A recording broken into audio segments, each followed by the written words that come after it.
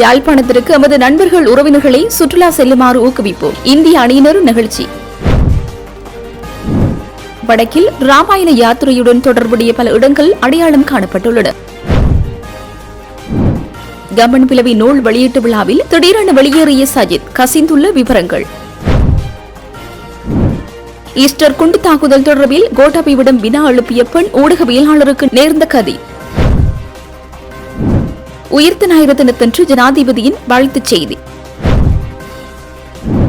மட்டக்களப்பில் பலத்த பாதுகாப்புடன் ஈஸ்டர் ஆராதனை வழிபாடுகள். குவிக்கப்பட்ட போலீசார் விமானப்படையினர். வடக்கு ஆளுநர் செயலகம் முற்றுகையிடப்படும். ஆசிரியர் சங்கம் எச்சரிக்கை.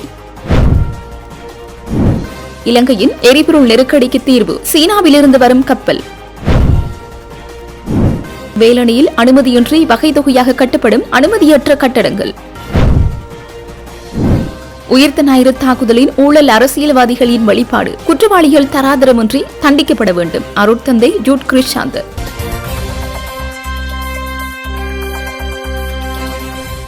யாழ்ப்பாணம் எங்களுக்கு மிகவும் பிடித்திருக்கின்றது. இந்த பிரதேசத்தின் அழகை வியந்து ரசித்தோம். இங்குள்ள மக்களின் விருந்தோமல் பண்பு எம்மை கவர்ந்தெழுந்துள்ளது என இந்தியாவின் 5 மாநிலங்களிலிருந்து யாழ்ப்பாணத்திற்கு வருகை தந்த துவிச்சக்கர வண்டி பயண குழுவினர் நெகிழ்ச்சியுடன் தெரிவித்தனர். போதைப் பொருளுக்கு முற்றுப்புள்ளி வைப்போம் மற்றும் ஆரோக்கியத்திற்காக துவிச்சக்கர வண்டி ஆகிய துணைப்பொருளில் இந்தியாவின் தமிழ்நாடு, கேரளா, மகாராஷ்டிரா, ஹரியானா மற்றும் கர்நாடகா ஆகிய 5 மாநிலங்களைச் சேர்ந்த 40 பேர் யாழ்ப்பாணத்திற்கு கடந்த வியாழக்கிழமை வருகை தந்து துவிச்சக்கர வண்டி பயணத்தில் ஈடுபட்டனர். அவர்களுக்கான கௌரவிப்பு நிகழ்வு வடக்கு மாகாண சுற்றுலா பணியத்தின் தலைவர் கலாநிதி ஜே விவேகானந்தன் தலைமையில் யாழ்ப்பாணத்தில் உள்ள தனியார் விருந்தினர் விடுதியில் நேற்றைய தினம் நடைபெற்றது. அதன்போது குறித்த துவிச்சக்கர வண்டி பயணத்தில் ஈடுபட்டவர்கள் தமது அனுபவங்களை மண்டபத்தில் பகிரும் போது யாழ்ப்பாணம் எங்களுக்கு மிகவும் பிடித்திருக்கின்றது. இந்த பிரதேசத்தின் அழகை வியந்து ரசித்தோம். இங்குள்ள மக்களின் விருந்தோம்பல் பண்பு எம்மை கவர்ந்து இழுத்துள்ளது.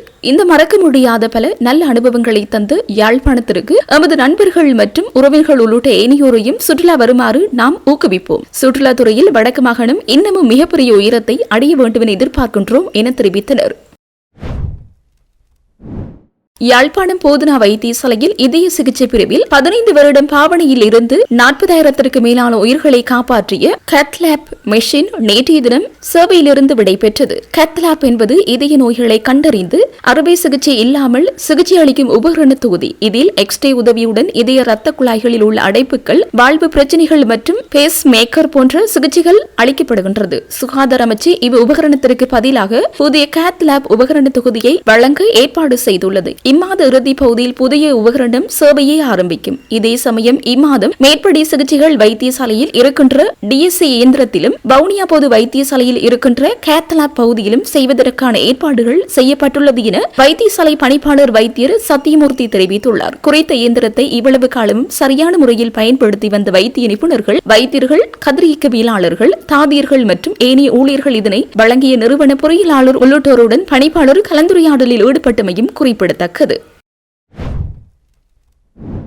பிவித்திருகேல உரிமைய கட்சியின் தலைவரும் சட்டத்திறனியுமான உதய கம்மன் பிளவினால் எழுதப்பட்ட ஈஸ்டர் தாக்குதலின் பிரதான சூத்திரதாரியை தேடிய பயணம் எனும் நூல் வெளியீட்டு விழாவில் கலந்து கொண்ட எதிர்க்கட்சி தலைவர்கள் சிலர் தமக்கு கிடைத்த கடும் கண்டன தொலைபேசி அழைப்புகள் காரணமாகவே நிகழ்வின் இடையிலேயே வெளியேறியுள்ளதாக தெரிய வந்துள்ளது. இந்த நிகழ்வு கொழும்பு சம்பத்த ஜெயந்தி மந்திரியவில் நடைபெற்றது. இது தொடர்பில் மேலும் தெரிய வருவதாவது: ஈஸ்டர் ஞாயிறு தாக்குதலுக்கு பொறுப்பானவர்கள் யார் என்பதை தேர்தல் மேடைகளில் தொடர்ச்சியாக கூறிவிட்டு தற்போது அதே தரப்பினரை நிகழ்வில் கலந்து கொண்டவர் அவர்கள் செய்ததை நியாயப்படுத்துதல் மிகவும் கேவலமான மற்றும் கீழ்த்தரமான செயல் என தொலைபேசி மூலம் அழைத்தவர்கள் தெரிவித்துள்ளனர். இவ்வாறு எதிர்க்கட்சி தலைவர்களுக்கு தொலைபேசி மூலம் கண்டனம் தெரிவித்தவர்களில் சில கத்தோலிக்க குருமார்களும் அடங்குவதாக தெரிய வருகின்றது. இது தொடர்பில் எதிர்காலத்தில் மக்களுக்கு தெளிவுபடுத்தவும் அக்குருமார்கள் எதிர்பார்த்துள்ளதாக தகவல்கள் தெரிவிக்கின்றன. உதய கம்மன் பிளவின் இந்த நிகழ்வில் எதிர்க்கட்சி தலைவர் பங்கேற்றமை குறித்து முன்னாள் அமைச்சர் நவீன் திசாநாயக்க ஏற்கனவே தனது கவலையை வெளியிட்டுள்ளார். மேலும் நளின் பண்டாரு அவர்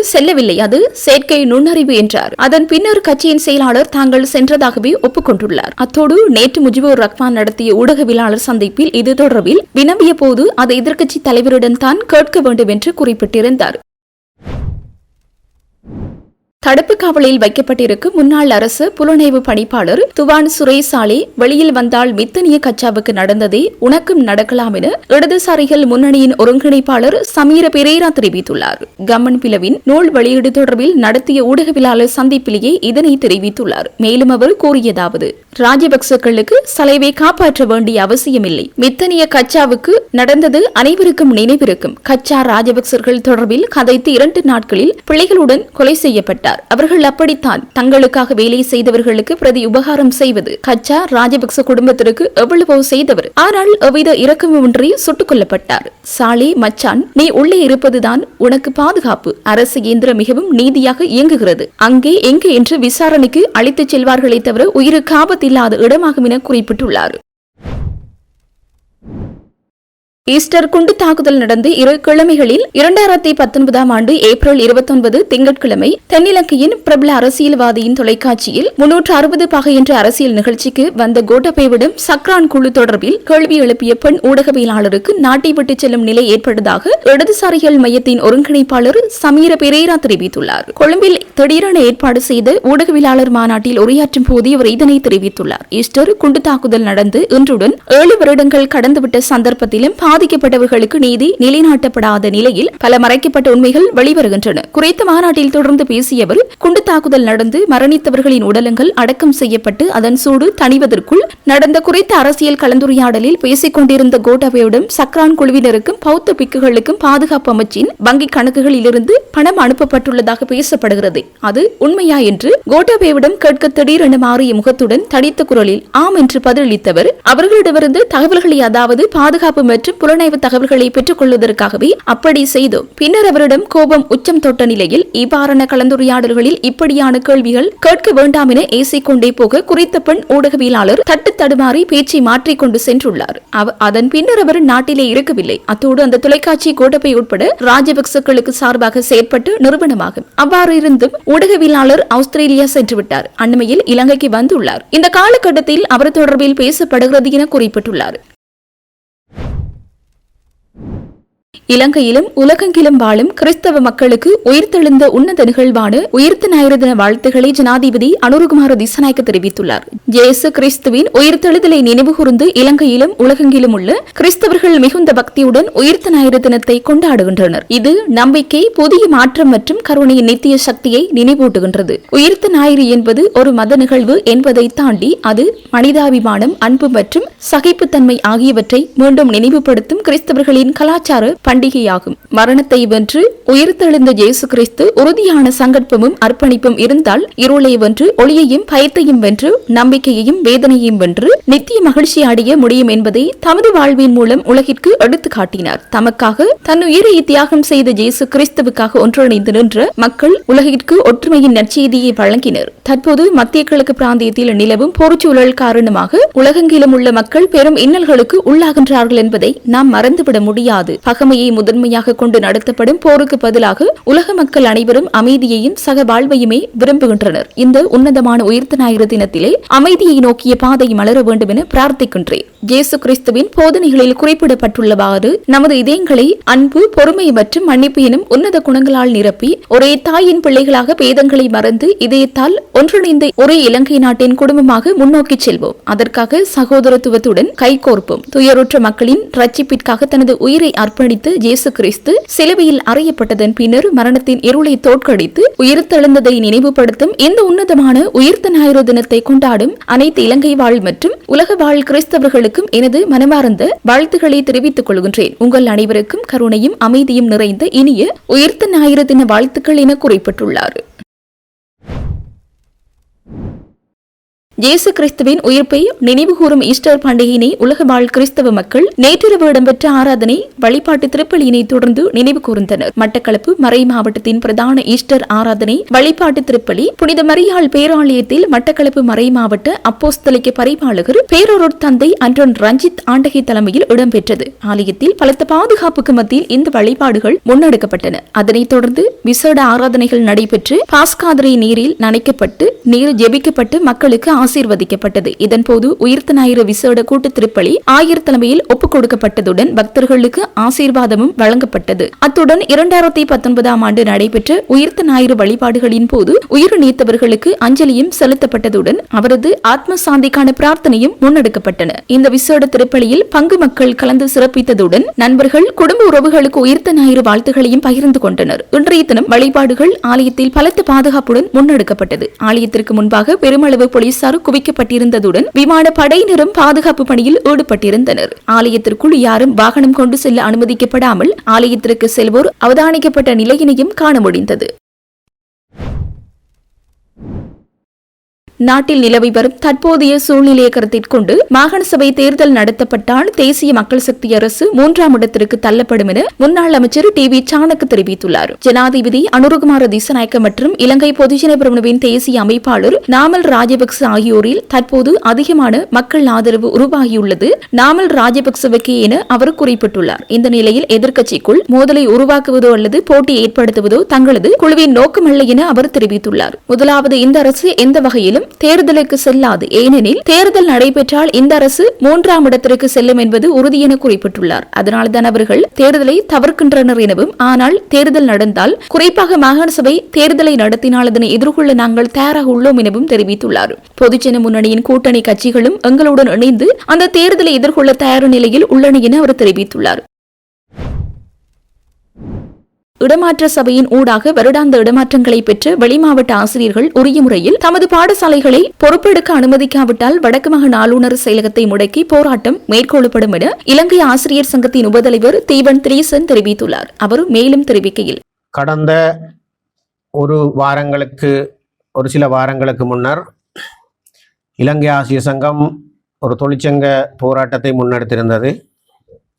சேவையின் தேவை கருதிய இடமாற்றம் என்கின்ற பெயரிலே பாரிய முறைகேடு ஒன்றை செய்திருந்த வடமாகாண கல்வி அமைச்சு, வடமாகாண கல்வி திணைக்களம் போன்றவை ஆசிரியர்களை மிக மோசமாக பாதிக்கின்ற விதத்திலே, அவர்களுடைய அடிப்படையான வாழ்வியலையே சிதைக்கின்ற விதத்திலே, ஒரு மனிதநேயமற்ற விதத்திலே, மனித குலத்துக்கு எதிரான ஒரு செயற்பாட்டை முன்னெடுத்திருந்த நிலையிலே, அது முழுக்க வடமாகாணத்தினுடைய ஆளுமையற்ற கௌரவ ஆளுநர் என்று சொல்லக்கூடியவனுடைய தலைமையிலே நடைபெற்ற அரசியல் தலையீட்டின் நிமித்தம் நிகழ்ந்த நிகழ்வின் அடிப்படையிலே இலங்கை ஆசிரியர் சங்கம் பாரியதொரு போராட்டத்தை வடமாகாண ஆளுநர் செயலகத்துக்கு முன்பாகவும் செய்திருந்த நிலையிலே, வடமாகாண ஆளுநர் செயலகம் திட்டமிட்டு மிக மோசமாக நடந்து கொண்டதன் அடிப்படையிலே நாங்கள் இலங்கை மனித உரிமை ஆணைக்குழுவை நாடி எங்களுடைய அடிப்படை மனித உரிமைகள் மீறப்பட்ட விடயங்கள் தொடர்பாகவும் வடமாகாண கல்வி அமைச்சு உள்ளிட்டவர்களுடைய மனிதாபிமானமற்ற ஆசிரியர்களுடையவும் அவருடைய உறவினர்களுடையவும் வாழும் உரிமைகள் மிக மோசமாக பறிக்கப்படுகின்ற நிலைமைகளை நாங்கள் விசாரணைகளின் போது தெளிவுபடுத்தி, தேவை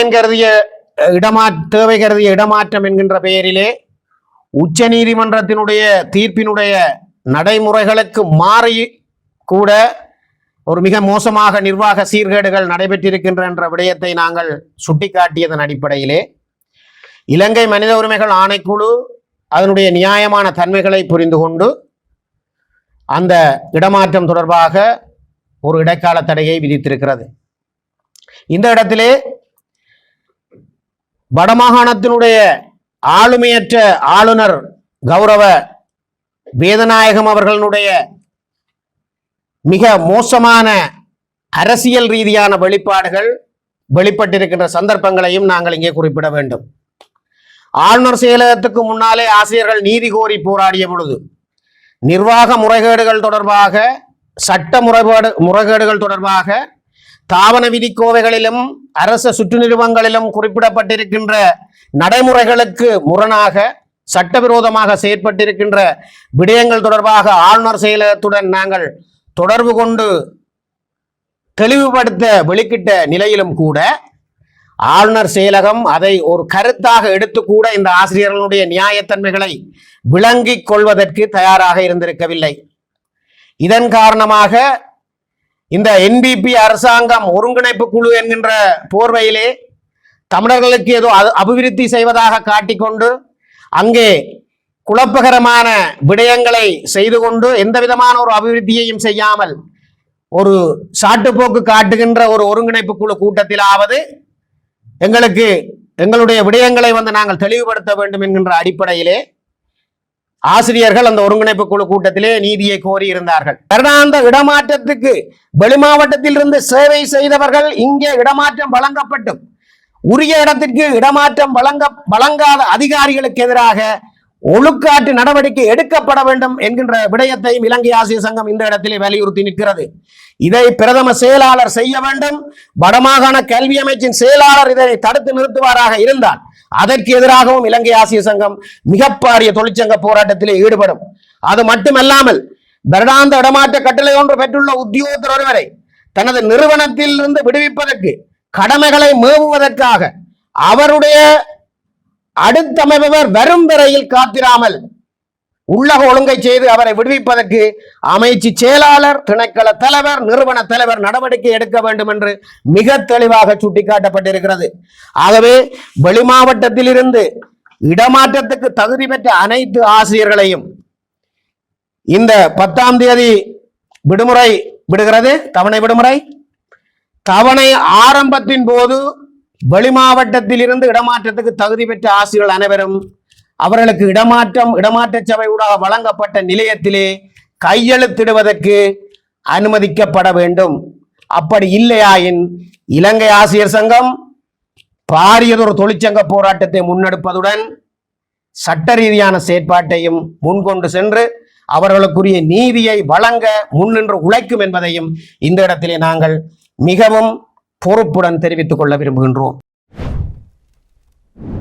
இலங்கையில் தற்போது நிலவும் பாரிய எரிபொருள் தட்டுப்பாட்டை நிவர்த்தி செய்யும் வகையில் சீனா முன்னுரிமை அடிப்படையில் எரிபொருளை வழங்க முன்வந்துள்ளதாக தகவல் வெளியாகியுள்ளது. இலங்கைக்கான சீன தூதுவர் சி சென்ஹோங், ஜனாதிபதி அனுருகுமார திசாநாயக்க மற்றும் வெளிவிவகார அமைச்சர் விஜித ஹேரத் ஆகியோரை சந்தித்து இந்த ஆதரவை உறுதிப்படுத்தியுள்ளதாக தெரிவிக்கப்படுகின்றது. அதன்படி சீனாவிலிருந்து முதலாவது எரிபொருள் கப்பல் ஏப்ரல் மாதம் நடுப்பகுதியில் இலங்கையை வந்தடையும் எதிர்பார்க்கப்படும் நிலையில் இது சினோபக் நிறுவனத்தின் வளமையான இருப்புகளுக்கு மேலதிகமானது என சுட்டிக்காட்டப்பட்டுள்ளது. அத்துடன் எரிசக்தி பாதுகாப்பு உறுதிப்படுத்த ரஷ்யா மற்றும் அமெரிக்காவுடன் அரசாங்கம் பேச்சுவார்த்தைகளை முன்னெடுத்து வருகின்றதாக குறிப்பிடப்பட்டுள்ளது. இந்த நிலையில் எரிபொருள், நிலக்கரி மற்றும் உரம் ஆகியவற்றை பெற்றுக் கொள்வதற்காக ரஷ்யாவுடன் அரசாங்கங்களுக்கு இடையிலான நேரடி ஒப்பந்தங்களை மேற்கொள்ள அரசாங்கம் திட்டமிட்டுள்ளது. இதுகுறித்து மேலதிக பேச்சுவார்த்தைகளை முன்னெடுக்க வெளிவிவகார அமைச்சர் விஜித ஹேரத் அடுத்த மாதம் ரஷ்யாவிற்கு பயணம் மேற்கொள்ள உள்ளதாக கூறப்படுகின்றது. ரஷ்யா மீதான பொருளாதார தடைகளுக்கு மத்தியில் அங்கிருந்த எரிபொருளை இறக்குமதி செய்வதற்கு விசேட அனுமதியை வழங்குமாறு இலங்கை அமெரிக்காவிடம் கோரியுள்ளது.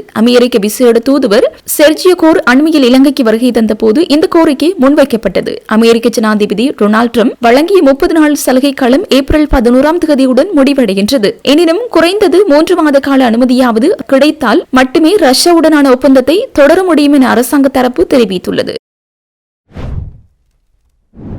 வேலணை பிரதேச சபையின் ஆளுகைக்குட்பட்ட பகுதிகளில் பிரதேச சபையின் அனுமதியின்றி தனிநபர்களால் சட்டவிரோதமாக கட்டப்படும் கட்டடங்களின் எண்ணிக்கை வகைத்தொகையின்றி அதிகரித்து சென்று கொண்டிருக்கும் நிலையில் அது தொடர்பில் நடவடிக்கை எடுக்க பிரதேச சபையும் அலட்சிய போக்குடன் நடந்து கொள்வதாக சமூக ஆர்வலர்கள் குற்றம் சாட்டியுள்ளனர். குறிப்பாக இந்த சட்டவிரோத நடவடிக்கைகளுக்கு பிரதேச சபையின் ஒரு சில உறுப்பினர்களும் பின்னணியில் இருப்பதாகவும் சுட்டிக்காட்டும் சமூக ஆர்வலர்கள் பிரதேச சபையின் அதிகாரிகள் நடவடிக்கையில் இறங்கினாலும் அவர்களுக்கு இடையூறாக உறுப்பினர்கள் ஒரு சிலர் செயற்படுவதாகவும் கவலை வெளியிட்டுள்ளனர். வடக்கு ஆளுநர் பிரதேச சபைகளின் வரி அறவீடுகளால் வருமானங்களை அதிகரிக்கவும் சட்டவிரோத கட்டுமானங்களுக்கு இடம் கொடுக்கக்கூடாது என்றும் பிரதேச சபைகளின் தவிசாளர்களுக்கு வரைக்கு வரை கூறுகின்றனர். ஆனால் இங்கு சந்தைகள், கடைகள் உள்ளிட்ட பல்வேறு வருமான ஈட்டல்கள் ஒரு சிலரது நலன்களுக்காக தடுக்கப்பட்டு வருவது போல தற்போது கட்டுமானங்களின் வரி வருவாயும் சட்டவிரோத செயற்பாட்டால் இல்லாமல் போகும் என எச்சரிக்கப்பட்டுள்ளது. ஒரு பிரதேச சபையின் ஆளுகைக்குள் இருக்கும் வருமான வரி அறவீடே அப்பிரதேச சபையின் அபிவிருத்தி சார் வளர்ச்சியாக இருக்கின்றது. குறிப்பாக காணி, நிலங்கள், வீடுகள், மரங்கள் உள்ளிட்ட இன்னும் பல என்பனவற்றை உள்ளடக்கி சோலை வரி செலுத்துவது போன்று புதிதாக சீமந்தினால்